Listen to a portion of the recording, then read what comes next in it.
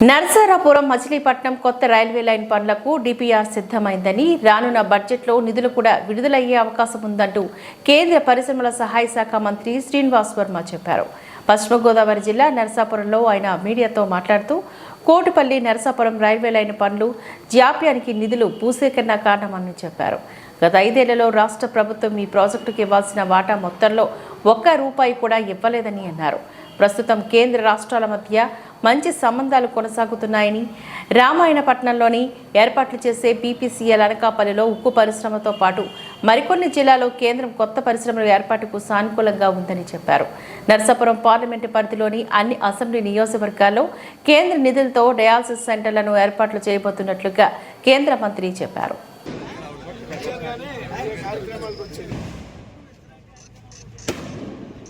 Sir ఒకసారి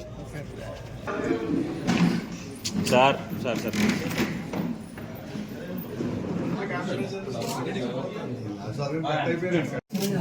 దగ్గర ఉన్నాను సార్. ఒకసారి మేడం ఒకసారి రైల్వే వాళ్ళతో 2-3 మీటింగ్లు తీసుకుని హైదరాబాద్లో జోనల్ జడ్ఎం గారితో విజయవాడలో 2-3 మీటింగ్లు పెట్టి దాన్ని మనం డిపిఆర్ స్టేజ్కి తీసుకొచ్చాం.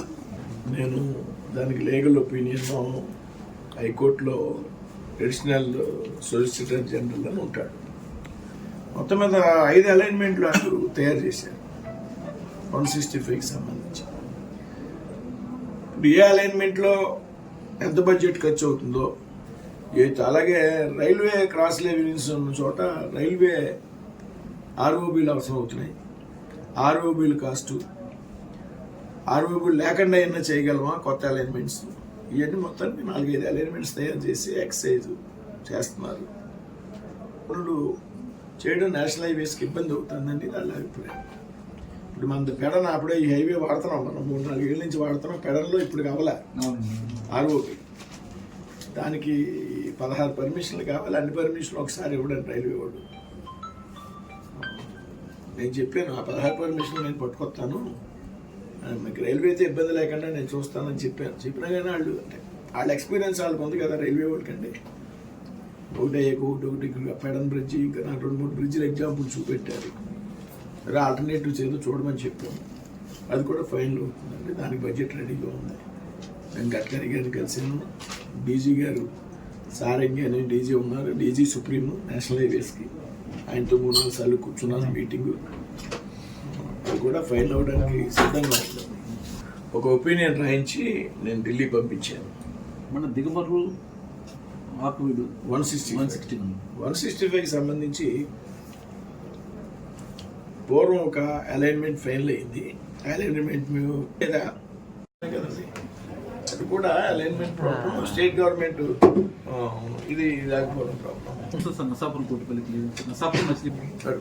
మనం పెట్టాం ప్రపోజల్. ఇది కోటిపల్లి నరసాపురం సార్, అదే అది state government share industry promise.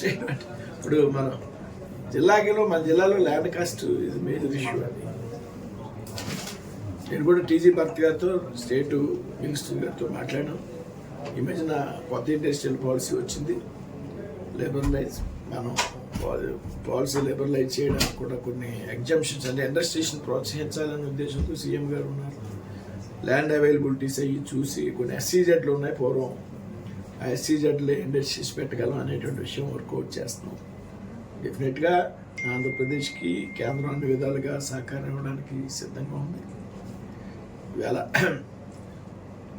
BPCL plant దాదాపు 70,000 కోట్లు ప్లాంట్, అది వేరే రాష్ట్రానికి కమిట్ అయినటువంటి సందర్భంలో కూడా ఆంధ్రప్రదేశ్ దానికి ఇవ్వడానికి సిద్ధపడ్డారు. రామాయణపట్నం పోర్టుకి అనుబంధంగా అది చాలా మేజర్ సక్సెస్ అది.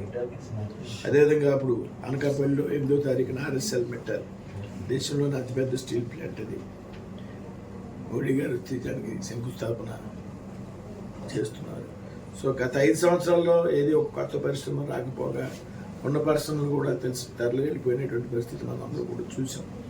అమర్ రాజా బ్యాటరీస్ తెలంగాణకి వెళ్ళిపోయి ఉన్నాయి, కూడా వెళ్ళిపోయినాయి, కొత్త తాగిపోయి. బట్ రాష్ట్రంలో వాతావరణం మారింది, పరిస్థితి మారింది.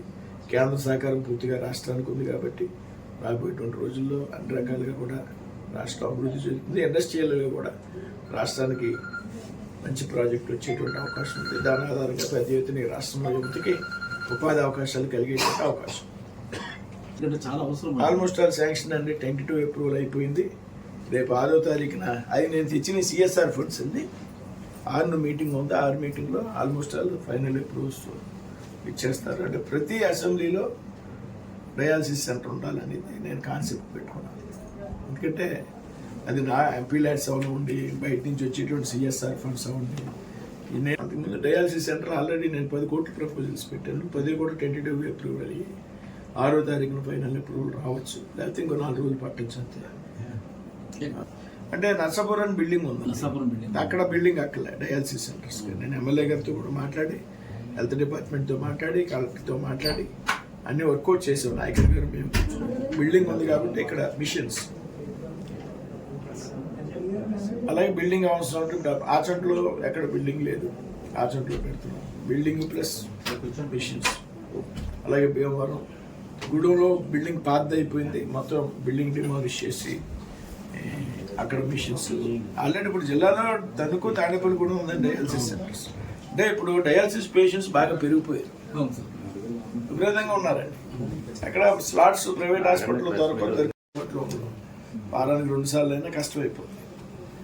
సో మనం పెట్టాలి అనే కాన్సెప్ట్ మనం 7 అసెంబ్లీలో డయాలసిస్ సెంటర్లు ఉండాలని మనం పెట్టుకున్నాం. తణుకు, తాడేపల్లి కూడా ఉంది, దాని కెపాసిటీని రెట్టింపు చేయాలని మనం ప్రపోజల్స్ పెట్టాం.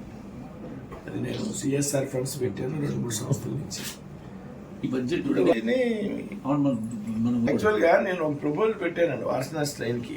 అది నేను ఆల్ బరియల్ గ్రౌండ్స్ని విలేజ్లో ప్రతి బరియల్ గ్రౌండ్కి ఫస్ట్ కాంపౌండ్ వాల్ కట్టాలని డెసిషన్ తీసుకున్నాను. ఏ రకమైన బరియల్ గ్రౌండ్లో బాగా చేయాలనుకుంటే ఎవరైనా విలేజెస్ సహకారం ఉంటే పెద్ద అలాగే మండలానికి ఒక చోట ఫ్రీజింగ్, ఎవరైనా డెడ్ బాడీ మండలానికి ఒక సెంటర్ ఏరియా ఎక్కువ ఉన్న చోట, అమెరికాలో ఉండొచ్చు, లండన్లో ఉండొచ్చు, పిల్లలు రావడానికి టైం పడుతుంది, అటువంటిది ఫెసిలిటీ